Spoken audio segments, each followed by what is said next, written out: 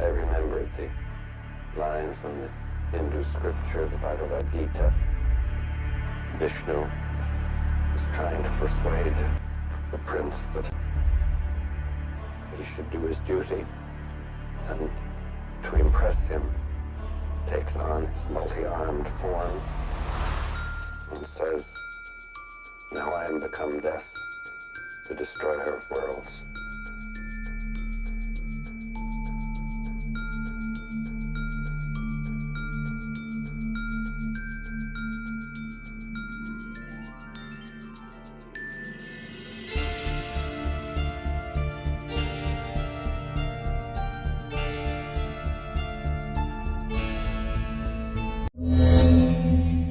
आज से 120 साल पहले न्यूयॉर्क में एक ऐसे साइंटिस्ट का जन्म हुआ जिन्होंने ह्यूमन सिविलाइजेशन में अब तक की बनी सबसे डेडलिएस्ट चीज एटॉमिक बम को बनाया। ये साइंटिस्ट कोई और नहीं है, मतलब अभी चर्चा में आए फिल्म ओपनहाइमर, मतलब the father of atomic bomb, यानी कि sir Robert Oppenheimer.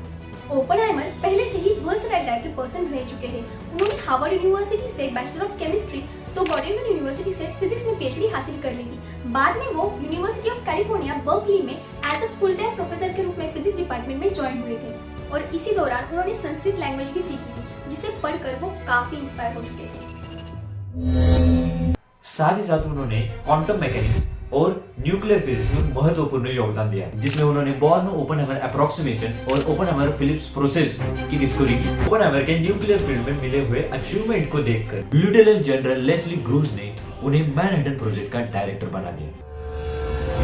World war 2 के डार्क पीरियड में यूएसए और जर्मनी के बीच की तनावपूर्ण स्थिति बढ़ती ही जा रही थी कि उसी दौरान जर्मनी में मौजूद 2 साइंटिस्ट ने न्यूक्लियर फिशन नाम की रिएक्शन की डिस्कवरी की थी।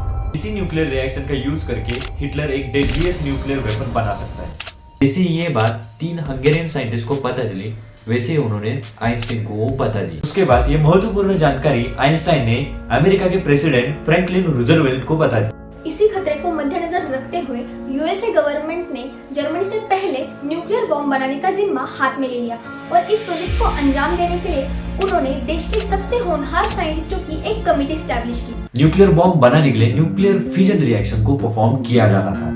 इसके लिए यूरेनियम एलिमेंट के ओर्स की जरूरत थी। उस यूरेनियम के ओर्स को बेल्जियम से मैनहट्टन लाया जाता था। तो उसी दौरान ये प्रोजेक्ट यूएस मिलिट्री से जुड़ा गया और उसे नाम दिया प्रोजेक्ट मैनहट्टन। लेकिन बाद में इस प्रोजेक्ट की सीक्रेसी को ध्यान में रखते हुए इसे मैनहट्टन से दूसरे एरियाज में शिफ्ट किया गया और इसी प्रोजेक्ट की मेन लैबोरेटरी लॉस एलमोस में प्रेजेंट थी, मतलब मैक्सिको में, जो कि न्यू मैक्सिको में मौजूद एक डेजर्ट एरिया है, जहाँ पर उन्होंने साइंटिस्ट की फैमिली का पूरा एक शहर डेवलप किया। उसी साइट को लॉस एलमोस लैबोरेटरी के डायरेक्टर रॉबर्ट ओपेनहाइमर ने ट्रिनिटी कोड नेम दिया था।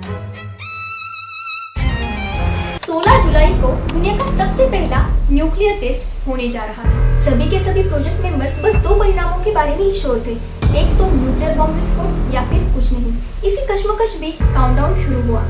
6, 5, 4, 3, 2, 1, 0।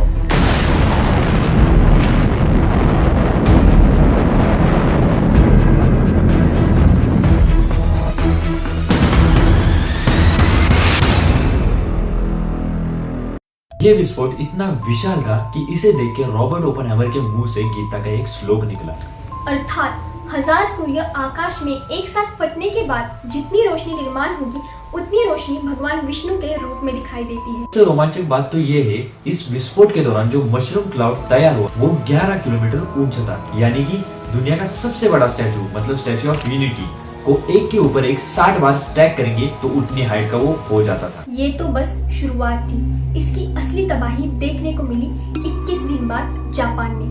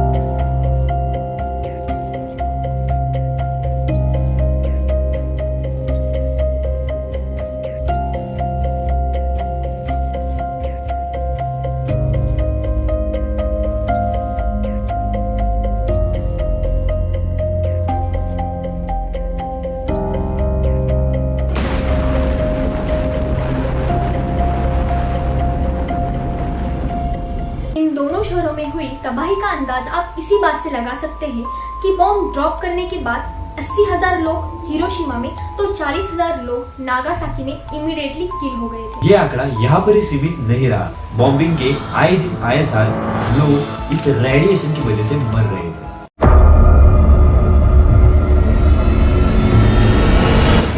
अमेरिका में जब मैनहट्टन प्रोजेक्ट चालू था, उसी दौरान जापान और अमेरिका के बीच के संबंध बिगड़ने लगे थे। जापान के एम्परर को अपना एम्पायर एक्सटेंड करने के लिए चाइना का कुछ एरिया ऑक्यूपाई कर लिया था और अमेरिका और जापान के बीच में से ये क्लैशेस सडनली पीक पर चले गए, जिससे यूएसए प्रेसिडेंट फ्रैंकलिन रूजवेल्ट ने जापान को ऑयल एक्सपोर्ट करना बंद कर दिया।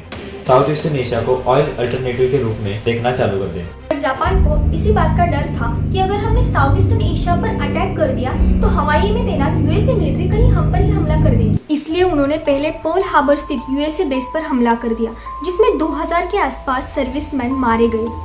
The day after Pearl Harbor attack, USA officially Japan के खिलाफ वर्ल्ड वॉर 2 में एंटर हो गया और जर्मनी अमेरिका के खिलाफ वर्ल्ड वॉर 2 में ऑफिशियली एंटर हो गया। Until 30 April 1945, the day of suicide of Adolf Hitler।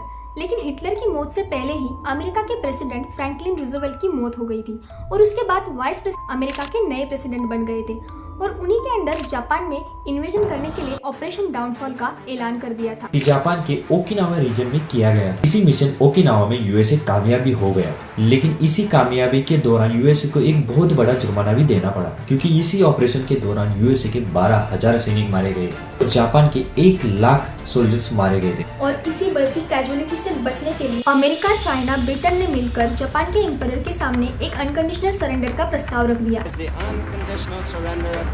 जो कि जापान के एम्परर ने 29 जुलाई को रिजेक्ट कर डाला। और उसी के कारण president the little boy atomic bomb को जापान पे गिराने का आदेश दिया, पर उससे जापान के एम्परर को कुछ ज्यादा फर्क नहीं पड़ा। उसी के कारण फर्स्ट अटैक के 3 दिन बाद जापान के नागासाकी शहर पे फैट मैन एक एटॉमिक बॉम्ब को गिराया गया।